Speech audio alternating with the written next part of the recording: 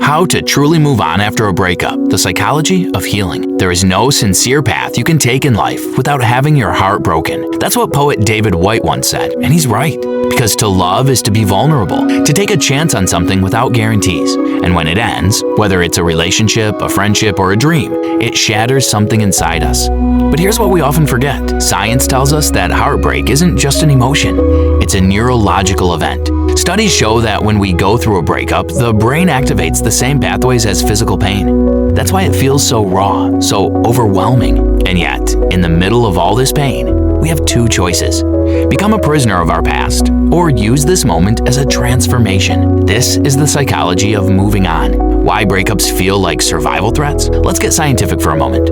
When a breakup happens, our brain reacts as if we've lost a limb. Neuroscientist Helen Fisher found that romantic rejection activates the dopamine and serotonin systems, the same systems that regulate addiction. That's why heartbreak feels like withdrawal. You crave that person. You replay conversations in your head. Your brain keeps seeking the lost connection because it believes your survival depends on it. But here's the catch. Your brain isn't trying to make you suffer. It's trying to protect you. It sees the loss as a threat, so it activates fight or flight mode. So how do we respond to heartbreak? There are two toxic coping mechanisms. Number one, the self-blamer. This is when your inner bully takes over. It was all my fault. I wasn't good enough. I'll never find someone like that again. This spiral leads to low self-worth, regret, and endless overthinking. But here's the truth. The past is water under the bridge. Blaming yourself won't rewrite history. The only thing you can control, what you do next. Number two, the victim mindset. The opposite reaction. Here, you turn your ex into the villain. They were toxic. They never really loved me. They'll regret losing me.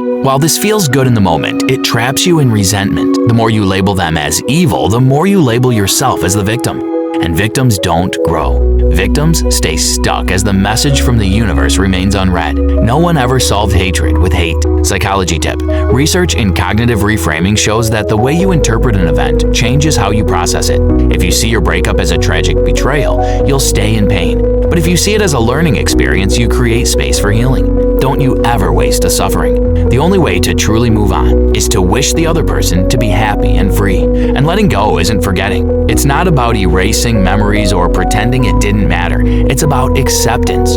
Here's what science tells us about emotional healing. Practice self-compassion. Studies show that treating yourself with kindness helps break negative thought loops. Talk to yourself the way you would talk to a friend in pain. Break the rumination cycle. Overthinking is a trap. Before bed, your brain naturally goes into default mode, replaying events. Instead of reliving the breakup, interrupt the cycle with journaling, meditation, or audiobooks. Rebuild your identity. A breakup isn't just the loss of a person, it's the loss of who you were with them. Now is your chance to ask, who am I without them? Take a look at this image. This is Earth from 3.7 billion miles away, taken by Voyager 1, a tiny speck, a blue dot suspended in infinite darkness. In the grand scheme of the universe, your heartbreak is irrelevant, but in your life, in your heart, it feels like everything. The paradox of being human is that your pain is real, your growth is inevitable, and one day this moment will be just a memory. The question is, what will you do with the time in between? Heal, grow, become, because your story isn't over yet.